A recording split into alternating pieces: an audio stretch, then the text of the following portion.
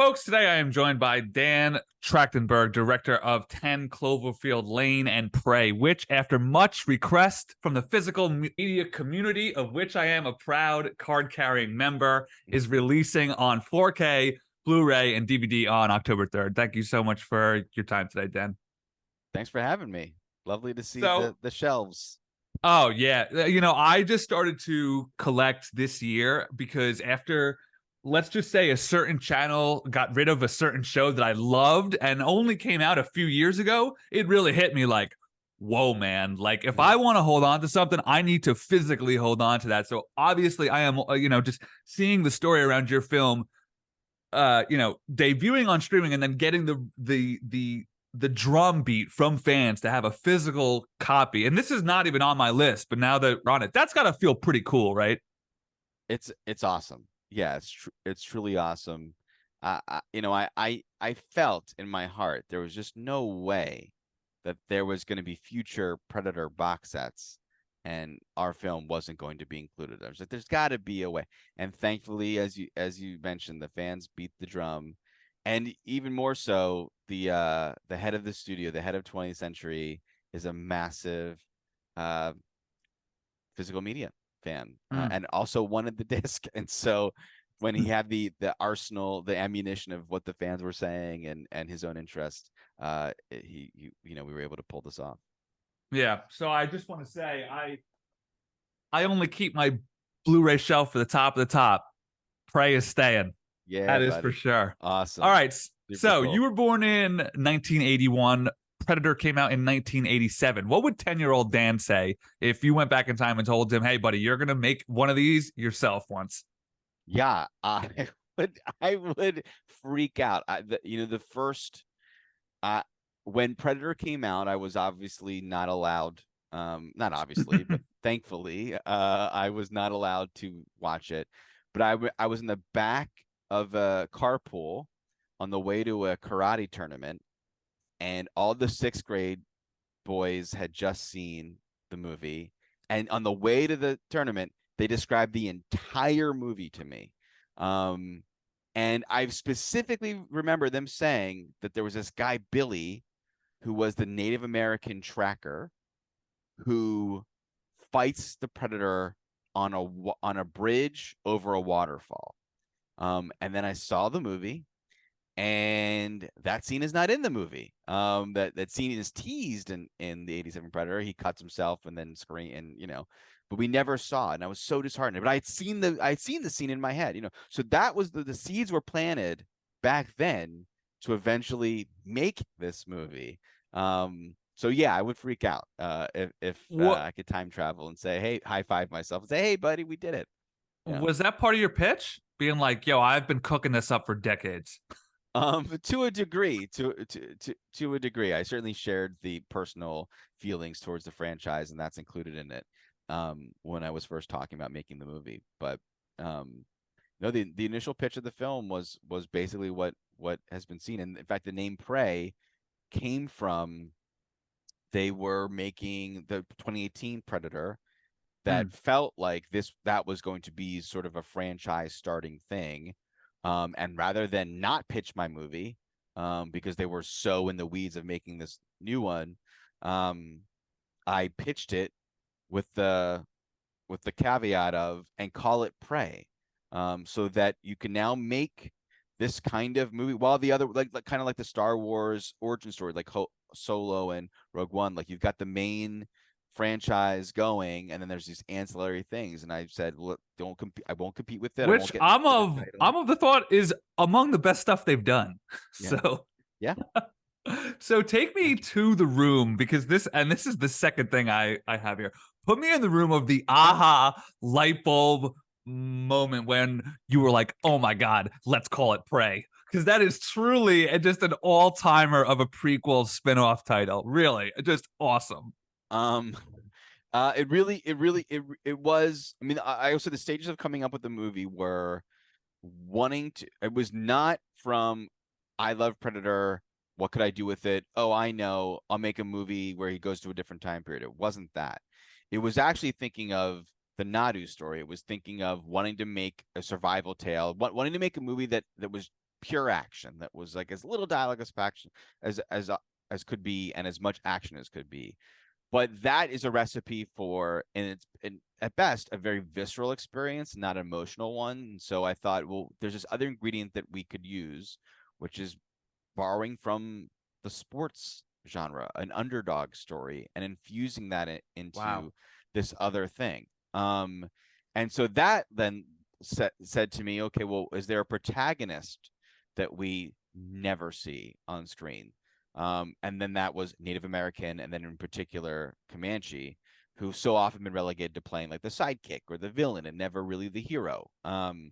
So those were the elements at play, and really wanting to fuse sci-fi and period, which has often not really mixed well, and I didn't want to fall through the same trap of just feeling, oh, visually that'd be cool, but it might feel like a hat on a hat. And so what could be the science fiction element that would feel essential and necessary to this premise? And then that was the aha of, oh, Predator, he goes from planet to planet looking for the alpha.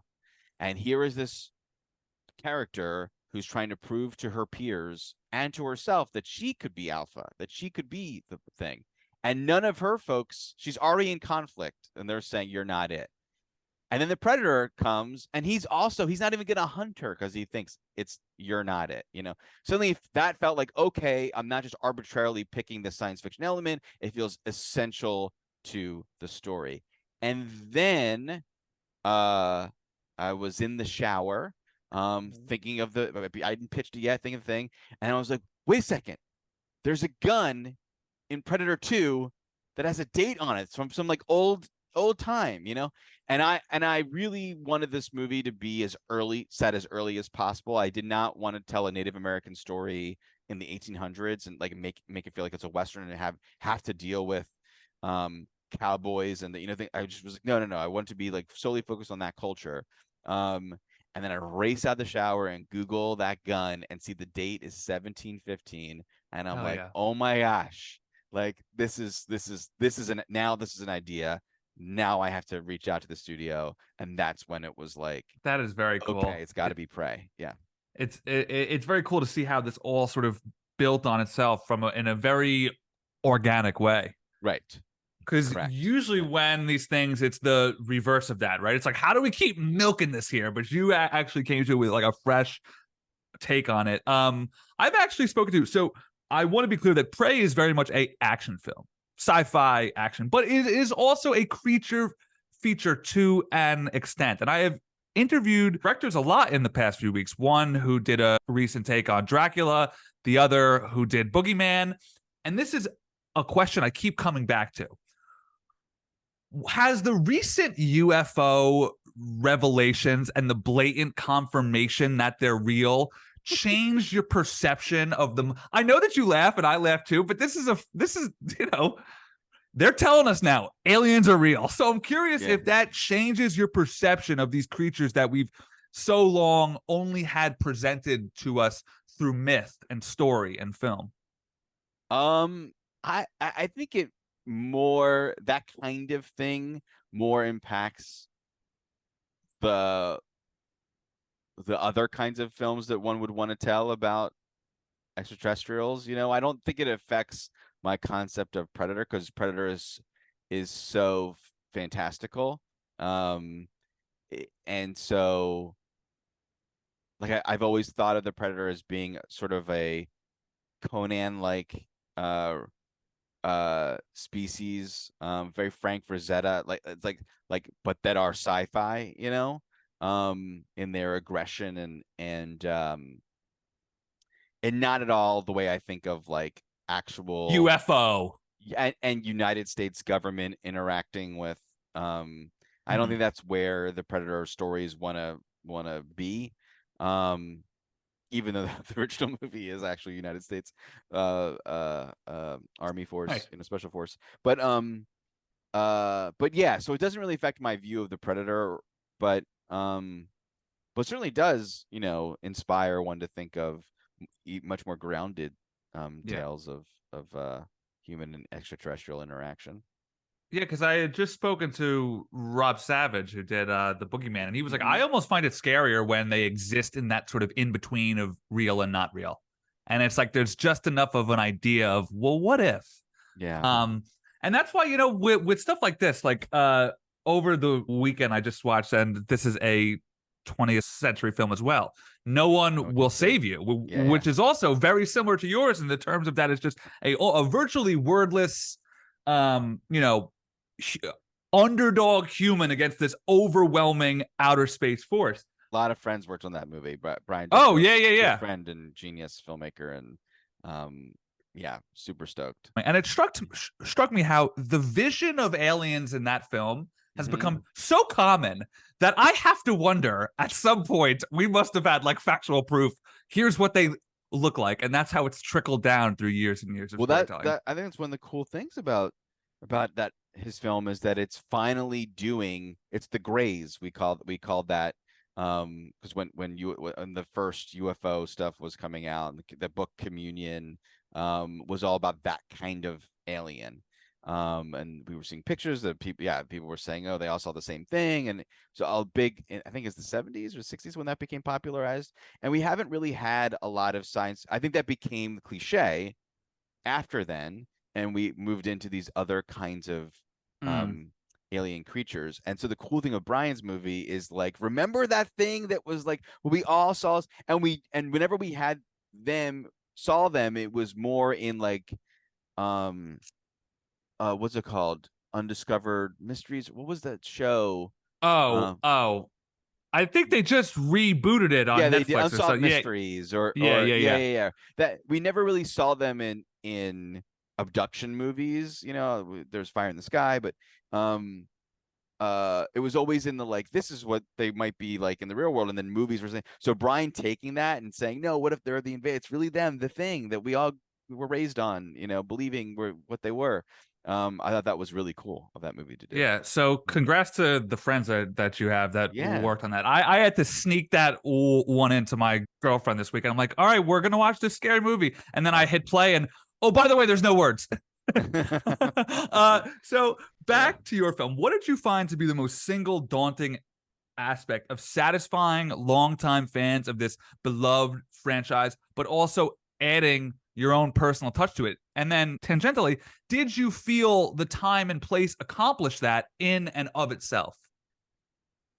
Well, I so ironic that you posed the question that way, because I would say, because of the time and place, it inspired, let's change up the creature a little bit, in what its in its technology and even its aesthetic to some degree.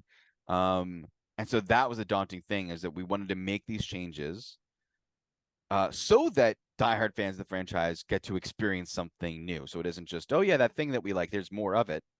Because original Predator movie nailed us so hard, because when we saw it, you saw the cloaked figure, and was like, oh my god, is that oh, that's cool, that's the Predator, it's this weird amorphous thing or something, I don't know. And then later it takes off the cloak and you see it with its biomask, and you're like, oh no, that's the whoa, what a cool looking design for an alien, oh my gosh.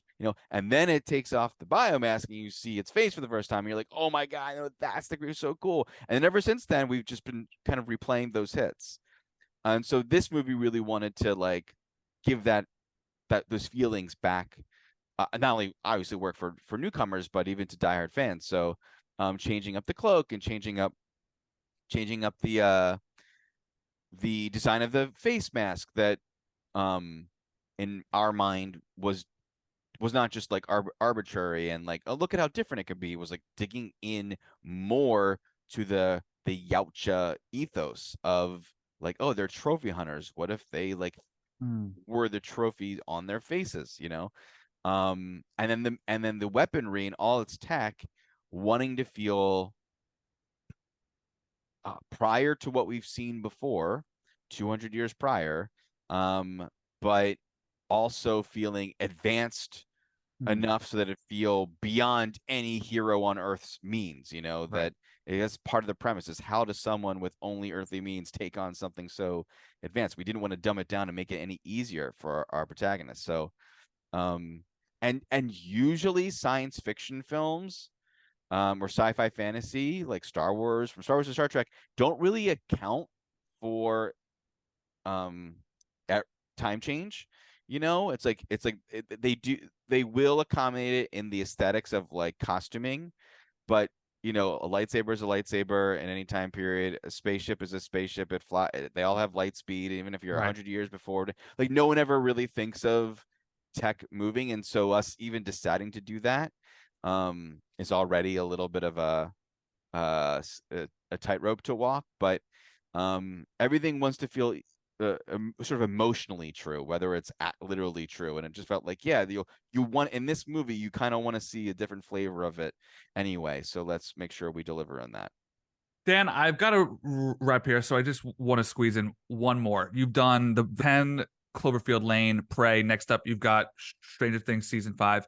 Is working in franchises something that specifically appeals to you, or are you just taking what comes your way, or is it a bit of both? I asked because I just saw The Creator, which was done by Gareth Edwards, who, just like you, made a name for himself by putting his own personal stamp on these huge IPs. So I guess my question is, do you have your own original, fully, wholly vision film that you've got in the works going on?